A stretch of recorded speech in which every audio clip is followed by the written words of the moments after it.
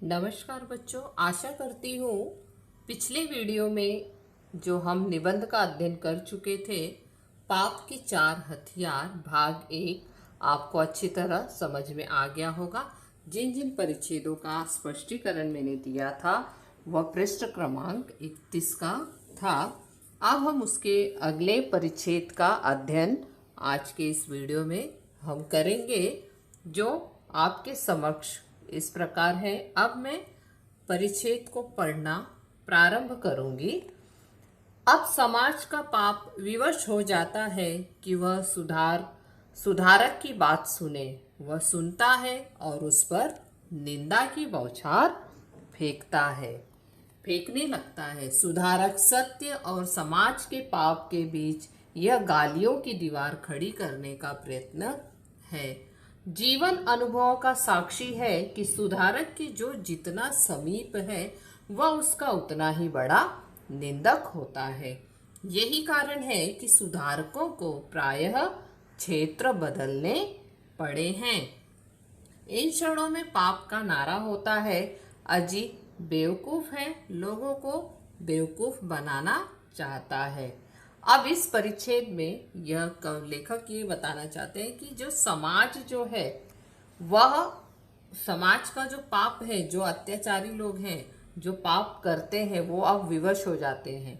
पिछले परिच्छेद में हम ये देखे थे कि लेखक बता रहे थे कि जो सुधारक जो होते हैं वो अपना कार्य करते हैं। वो इस प्रकार करते हैं कि समाज सुधारकों के पापों के जो विरुद्ध विद्रोह का झंडा इतना बुलंद होता है कि पाप जो है, जो पाप करते हैं, वो एकदम विवश हो जाते हैं कि अब हम सुधारक की बात सुने।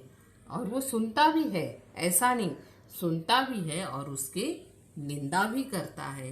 इतिहास गवाह है कि सुधारक के समीप जितना उसके समीप जितने उसके चाहने वाले होते हैं, वही उसकी निंदा भी करते हैं।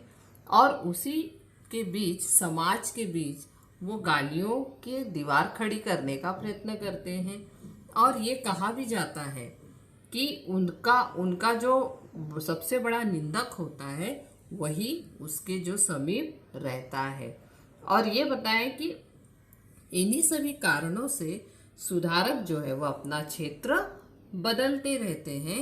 और जो उनके समीप वाले जो रहते हैं, जो पापी रहते हैं, वे कहते हैं कि अजी छोड़ो, ये लोग तो बेवकूफ़ है, लोगों को भी बेवकूफ़ बनाना चाहता है। क्योंकि सुधारक ये चाहता है कि समाज में परिवर्तन आए, अच्छे कार्य करे। लेकिन जो उनके निंदक होते हैं वो ये चाहते हैं कि कोई परिवर्तन न आए, हमें क्या करना है। और वो उन्हें, जो सुधारक होते हैं, उन्हें भी उल्टा फुल्टा बोल देते हैं, कुछ अनकही बातें कह देते हैं और अपने कार्य में लग जाते हैं। सुधारक का सत्य निंदा की इस रगड़ से और भी प्रखर हो जाता है।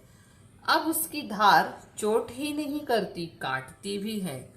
पाप के लिए यह चोट धीरे धीरे असहाय हो उठती है और वह बौखला उठता है। अब वह अपने सबसे तेज शस्त्र को हाथ में लेता है। यह शस्त्र है हत्या। अब यहाँ क्या होता है कि सुधारकों की जो निंदा होती है, उस निंदा से सुधारक का जो सत्य निंदा की इस रगड़ से और भी प्रखर और धारदार हो जाता है। इसका अर्थ यहाँ पे ये निकलता है बच्चों कि जैसे उदाहरण के तौर पर आप एक उदाहरण के तौर पर आप देख सकते हो कि जैसे हमारी माँ जब हमें कोई अच्छी बातें कहती हैं या कोई कार्य कहने के लिए कहती हैं, तो हम उसे नहीं करते हैं, अनसुना कर देते हैं, एक बार दो बार में। लेकिन जब आप नहीं सुनते हो तो वही उनकी आवाज़ जो है वो एकदम तेज़ हो जाती है, चिल्लाने लगती है, तो आप तुरंत उठकर अपने कार्य में लग जाते हो। तो वही हो गया कि सुधारक जो है वो माँ की तरह सुधारक अपने कार्य करते हैं। जब निंदा, जो पापी लोग होते हैं, जो उनकी निंदा करते हैं, जो उनकी बातों पर गौर नहीं करते हैं, तो उनकी इन सभी अंदाजों से, इन सभी कार्यों से उनकी जो रगड़ होती है और भी प्रखर हो जाती है, धारदार हो जाती है। और चोट करने लगती है। और पाप के लिए ये चोट धीरे धीरे असहाय होती है, मतलब इसके सामने जो पाप होता है वो कमजोर पड़ने लगता है और वह अपने सबसे तेज शस्त्रों को हाथ में ले लेता है। वह शस्त्र है हत्या। सुकरात के लिए ये जहर का प्याला है, तो ईशा के लिए सूली, दयानंद के लिए पीसा कांच है। इन क्षणों में पाप का नारा होता है, ओ मैं तुम्हें खिलौना समझता रहा और तुम सांप निकले, पर मैं सांप को जीता नहीं छोड़ूंगा, पीस डालूंगा। अब यहाँ देखो अपने सुकरात जो आ गए, उन लोगों सुकरात हुए, ईशा के लिए सूली पर चढ़ाया गया। सुकरात हो गए, ईशा हो गए, स्वामी दयानंद सरस्वती हो गए। इन सभी लोगों ने अपने देश के लिए सुधारकों का कार्य किया है, लेकिन उन्हें इतना पीड़ित, इतना असहाय किया गया कि उनके लिए ये सब एक जहर के प्याले के समान था। ईशा को सूली पे चढ़ा दिया गया था, दयानंद के लिए एक पीसा कांच जो है वो दिया गया था। इन क्षणों में पाप का नारा यही होता है, वो ये उन्हें ये लगता है कि इतना अत्याचार, इतना त्रास देने के बाद भी ये लोग वैसे ही हैं। तो पाप का यही नारा रहता है कि अरे तुम मुझे वो कहते हैं कि हम तो तुम्हें खिलौना समझते थे, लेकिन तुम तो सांप निकले। सुकरात जी जो है वो स्वामी विवेकानंद, सुकरात जो है वो एक यूनानी दार्शनिक थे और युवकों को संवाद स्थापित कर उन्हें सोचने की दिशा में प्रवृत्ति करते थे। और ये आप एक प्रसिद्ध विचारक प्लेटो के गुरु रह चुके थे। और दयानंद सरस्वती जो है वो आर्य समाज के संस्थापक स्वामी दयानंद सरस्वती समाज सुधारक रूप में माने जाते हैं। और आपको योग शास्त्र तथा वैद्य शास्त्र का भी ज्ञान था स्वामी दयानंद सरस्वती को। और जो हमारा ब्रह्मास्त्र है, प्राचीन काल का प्राचीन अस्त्र, ऐसा कहा जाता है कि पुराणों के अनुसार एक प्रकार का यह अस्त्र है जो मंत्रों द्वारा चलाया जाता था। अब सुधारक का सत्य हत्या के इस घर्षण से प्रचंड हो उठता है। शहादत, बलिदान उसे ऐसी धार देती है कि सुधारक के जीवन में उसे जो शक्ति प्राप्त न थी अब वह हो जाती है। सूर्यों का ताप और प्रकाश उसमें समा जाता है, बिजलियों की कड़क और तूफानों का वेग भी। पाप कांपता है और अब उसे लगता है कि इस वेग में वह पिस जाएगा, बिखर जाएगा। तब पाप अपना ब्रह्मास्त्र तोलता है और तोलकर सत्य पर फेंकता है।